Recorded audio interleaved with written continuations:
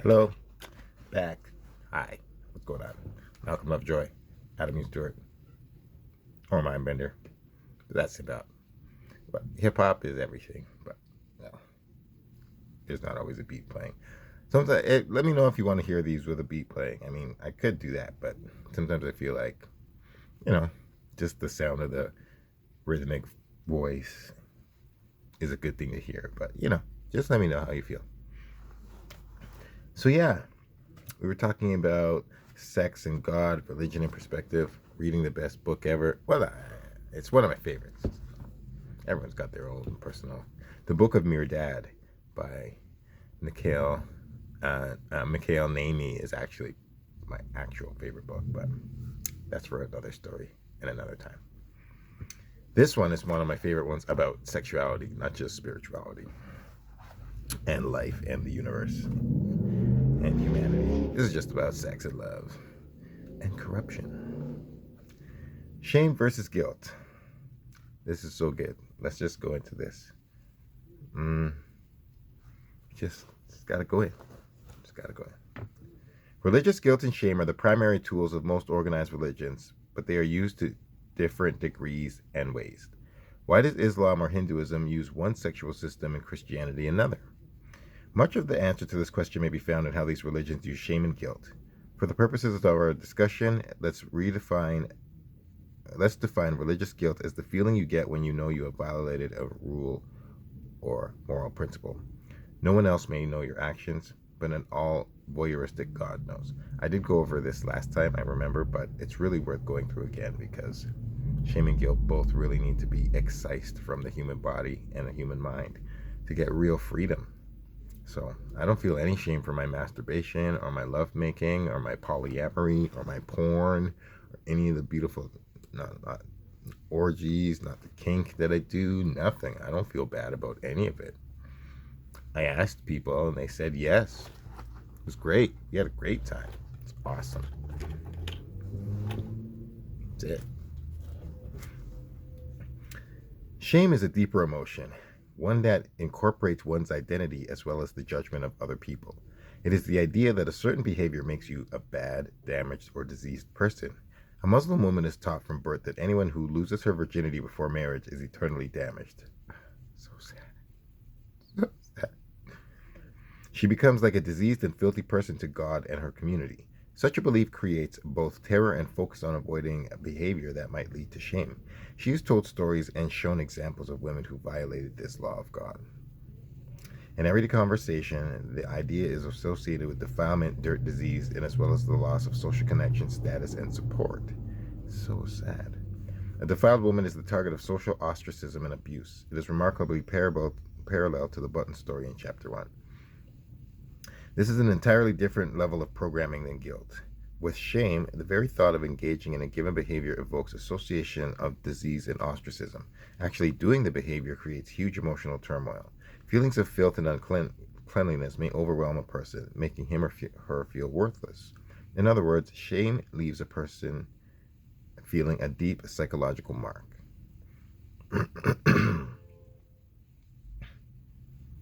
Fortunately, and then it has just this little story here, but I went over the story last time. We don't need to go through it. Due to its deep-rooted nature, shame is far harder to erase than guilt. The shamed person may actually create a new identity that incorporates a permanent condition of defilement.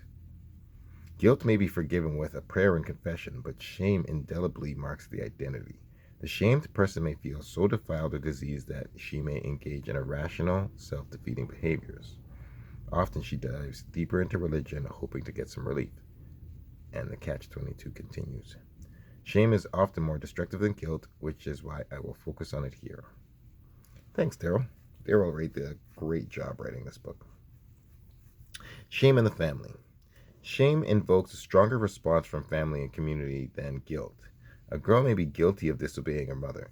She may feel guilt and her mother may be angry. She may do extra housework or cooking to get back in her mother's good graces and then move on. But a person who violates a shame rule, no amount of penance or praying will wash the spot clean. No amount of forgiveness from mother or father will cleanse the shameful action. Additionally, Other people in the community, especially the family, take on the dirt and filth identity. As a result, the girl or woman, and it is mostly focused on women in shaming cultures, is punished and isolated like a leper. In ancient Greece, the word aidos, shame, applied to men and women, but with a sexual meaning for women and a more honor meaning for men. This bullshit goes thousands of years. This is why these practices have to be fought on a deep psychological level, and it's just insidious. Men could be shamed on the battlefield. Women were shamed sexually. According to Greek legend, the goddess Aishkain gave people a sense of shame so they would avoid certain behaviors. In the New Testament, which was originally written in Greek, eidos is only used twice. Once in reference to female modesty so as not to bring shame onto themselves or the community. The other is non-specific. 1 Timothy 2, chapter 2, verse 9, King James Version. In like manner also, that women adorn themselves in modest apparel, with shamefacedness and sobriety, not with braided hair, or gold, or pearls, or costly array. At different times in history, Christianity has used shame as an important tool, but the use of shame often requires a tight-knit community or tribe that can punish violators. Sick shit. With the Protestant Reformation, the idea of the priesthood of all believers pushed Christianity away from shame and more towards guilt. Protestants were accountable directly to their God and must ask him for forgiveness, not a priest or a church official. This idea reduced the emphasis on community and increased focus on the individual. That is probably why Christianity, especially Protestantism, places a stronger emphasis on guilt than shame. Think about that. Now, the next chapter is Islam, the shame religion, but I'm going to get into that next time. And I'm just going to talk a little bit more about that.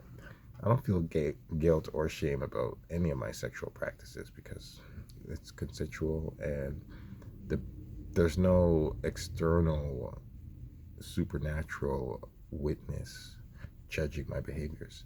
The only people who are judging them are the participants. And the supernatural witness is us. So when we practice our sexuality, we actually generate the spirituality and we generate the mystical, magical, sacred, supernatural, powerful energy together. And we are the ones that witness it. So I just don't believe the ideas that they perpetuate by most of these major religions. And when you practice it and put it into play deep enough, it doesn't affect a single moment of any of your activities. There's no relapses, there's no regrets, there's nothing like that. You just realized this is beautiful and fun. Let's keep doing it over and over and over and over and over and over and over and over and over. Yeah, that's it. Make love. Peace. Bye.